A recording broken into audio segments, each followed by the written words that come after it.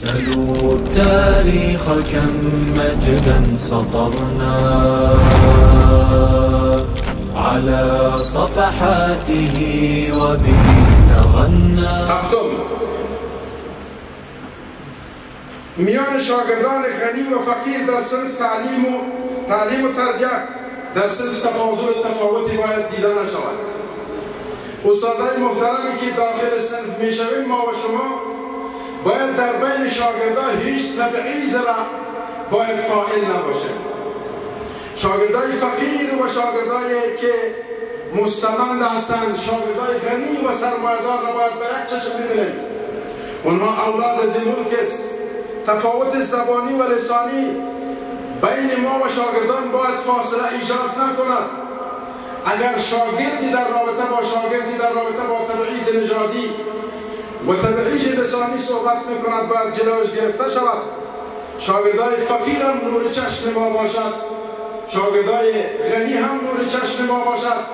علی السویه در صنف برای ما و شما موازی باشد. اگر شاگرد غنی را ما دوست داشته باشیم و شاگرد فقیر را توجه برش نداشته باشیم، در حقیقت ما خیانت کردیم.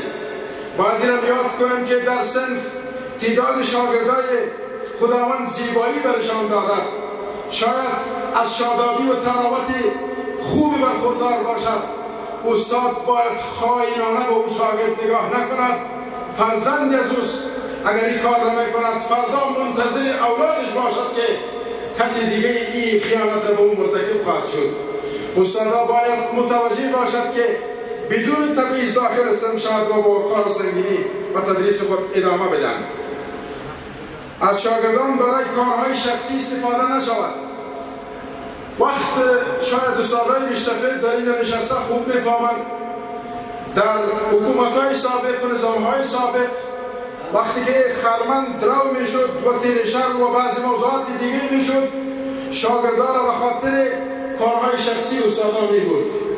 پس در این زمان این کارهای امکان پذیر نیست و استاد حق ندارد که به خاطر کارهای شخصی خود از شاگرد استفاده بکند.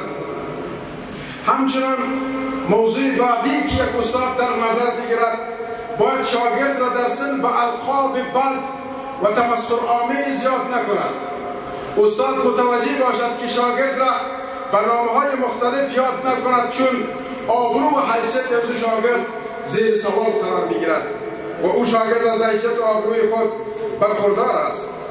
11 شاگردان را از غیبت، دروغ، گناه و معصیت باز دارد و شاگردان فرصت داده نشود که شاگرد دروغ بگوید. شاگردان را باید از گناه و معصیت دور بدارند و در رابطه با تزکیه شاگردان متوجه باشند.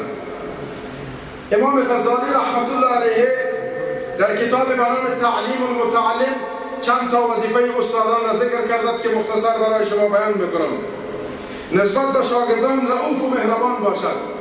قسمی که قبلا واضح شد که استادای محترم باید بسیار مشفق باشند. روز گذشته جناب رئیس پوهنتون لوگر در رابطه با ترحم و شفقت پیامبر و همچنان جناب دکتر صاحب رفیع الله سمیع در رابطه با تعلیم و تربیت و تزکیه افکار پیامبر علیه السلام که برای صحابه‌اش داشت بیاناتی داشت. اما قسم ما هم باید در وجود خود رحم و لطوفت را و دست لطوفت و مهربانی را برای شاگرد داشته باشیم. 2. به صاحب شرع مقدس احترام قائل باشیم و از او پیروی بکنیم و با یک مواصفات خوب معلم را در وجود خود باید داشته باشیم. استاد نباید علوم دیگری را نسبت به شاگرد کمرنگ جلوه بده. مثلا یک استاد مضمون جغرافیا داخل صنف میشد، میگه همین مضمون فرض مثال تاریخ خیلی مهم مضمون نیست، یا مضمون تاریخ میرود میگه زبان ادبیات پشتو خوب مضمون نیست، و یا یک استاد میرود میگه مضمون تعلیم به اصطلاح سیرت النبی خیره والعیاذ بالله به درد نمیخورد. استاد باید اهمیت و ارزش هر مضمون را برای شاگردش توصیه بکند که هر مضمونی که از طریق نصاب برای اینها ترتیب شده و مهم هست. استاد نباید به اندازه از اندازه توان شاگرد اضافتر از سطح درجه تحصیلشان بیان بکند.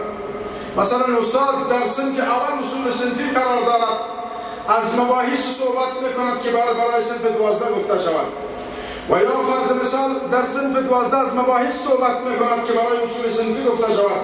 استعدادهای شاگردان باید در نظر گرفته شود. معلم یا مدرس به علم خود عمل بکند که در تعلیم و تربیه شاگردان بسیار تأثیر خود را دارد.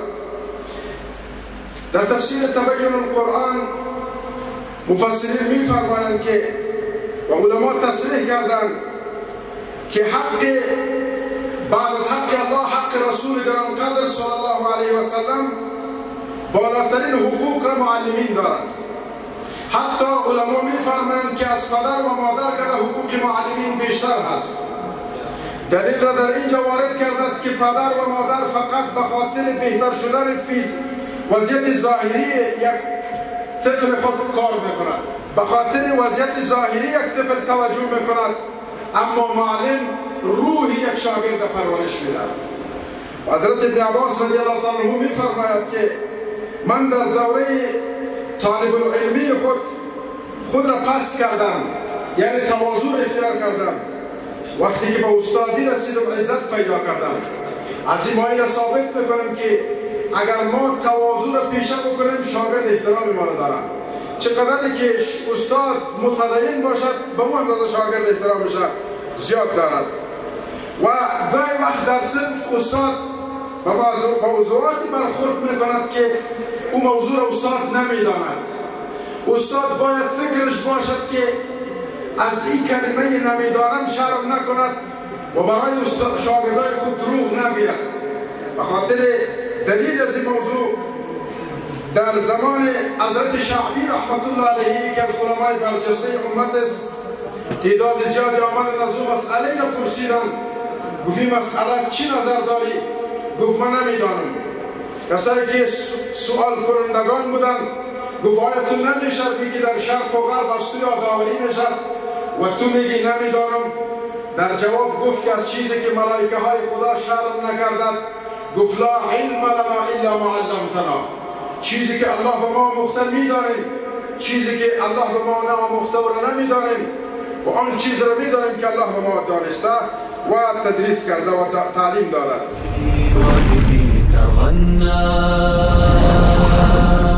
تهاب الأسد وطأتنا لأننا